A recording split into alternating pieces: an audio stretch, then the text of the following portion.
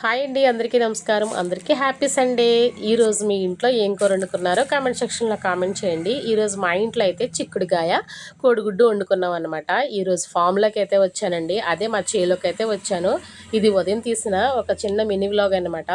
చిక్కుడుగాయలు అయితే కోయడానికి వచ్చానండి. మన ఫామ్లో అయితే మనం ఎటువంటి ఫెర్టిలైజర్స్ కానీ ఎటువంటి మందులు కానీ వాడము. మీకు తెలుసు కదా, ఆల్రెడీ ఇది మీకు చూపించాను ఈ పాదుని. ఇప్పుడైతే చిక్కుడుగాయలు అయితే కోయడానికి వచ్చాను. చిక్కుడుగాయలు ఇవి మనకి బయట దొరికే రకం అనమాట. అంటే మార్కెట్లో మనకి సన్నగా ఉండి పొడవుగా ఉంటాయి కదా, ఆ చిక్కుడుగాయలు అనమాట. అదైతే మనం వేసినప్పుడు చూస్తున్నారా, పాదు అయితే చాలా బాగా పాకింది. కాయలు కూడా చాలా ఉన్నాయండి. ఆల్రెడీ 3-4 కేజీస్ కోసేసాం ముందు. ఇప్పుడు మళ్ళీ చిక్కుడుకాయలు ఒక వారం తర్వాత చూస్తే ఇప్పుడు ఒక 3-4 కేజెస్ ఉంటాయి. అయితే నేను ఒక 2 కేజెస్ వరకే కోసాను అనమాట. చిక్కుడుకాయలు కోసాను, తర్వాత ఇంకా చాలా కోసాను. అవన్నీ కూడా మీకు ఈ వ్లాగ్లోనే చూపిస్తాను. ఇప్పుడైతే చిక్కుడుపచ్చి చూడండి ఎంత కలకల్లాడుతూ ఉందో, నా దిష్టి తగిలేలా ఉంది. ఇక్కడైతే గుమ్మడికాయ చూడండి ఎలా అయిపోయిందో, కోతులు తినేస్తున్నాయి అనమాట. అలాగే ఒక 3 గుమ్మడికాయలు అయితే కోయడం కూడా జరిగిందండి. అవి కూడా మీకు చూపిస్తాను. మనకి చిక్కుడుపాదు వెనకాలే గుమ్మడిపాదు కూడా ఉంది. అది ఆల్రెడీ కోస్తున్నా, ఒక సంచిలో వేసుకుంటున్నాను నేను. మన ఫామ్లో ములక్కాయలు కూడా చాలా ఉంటాయండి. ఆ ములక్కాయలు కూడా ఆల్రెడీ అమ్ముతాము. ఇప్పుడు కోసామన్నమాట అవి కూడా. ఈ చిక్కుడు అయితే వీటిని కనుపు చిక్కుడు అంటారు.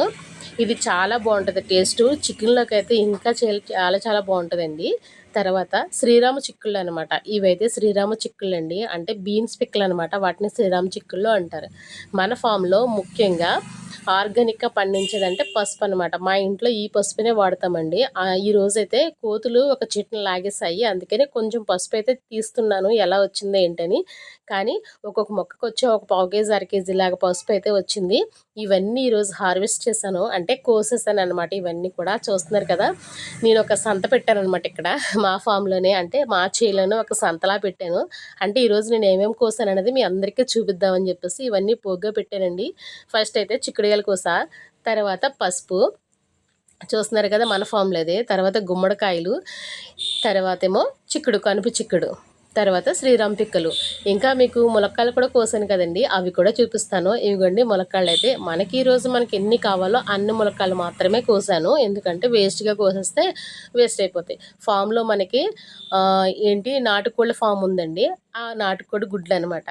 కాంబినేషన్ ఎక్సలెంట్గా ఉంటుంది. ఇప్పుడు మీకు చూపించిన పిక్క శ్రీరామ్ పిక్కలు. చూస్తున్నారా ఈ చిక్కుళ్ళు. నిజంగా చెప్పాలంటే ఈరోజు మనకి చాలా హ్యాపీగా ఉంది, ఎందుకంటే మన చేలో మనం పండించుకున్న పంటని తింటున్నామంటే అది గ్రేటే కదండి. మరి మీకేమనిపించిందో కామెంట్ సెక్షన్లో తప్పకుండా కామెంట్ చేయండి, ఎందుకంటే నేను ఈ ఫార్మింగ్ ఎలా చేశాను అన్నది ఒక ఐడియా వస్తుంది కదా మీకు కూడా, మీరు కూడా చేయొచ్చు. మరి నచ్చితే ప్లీజ్ లైక్ చేయండి, షేర్ చేయండి.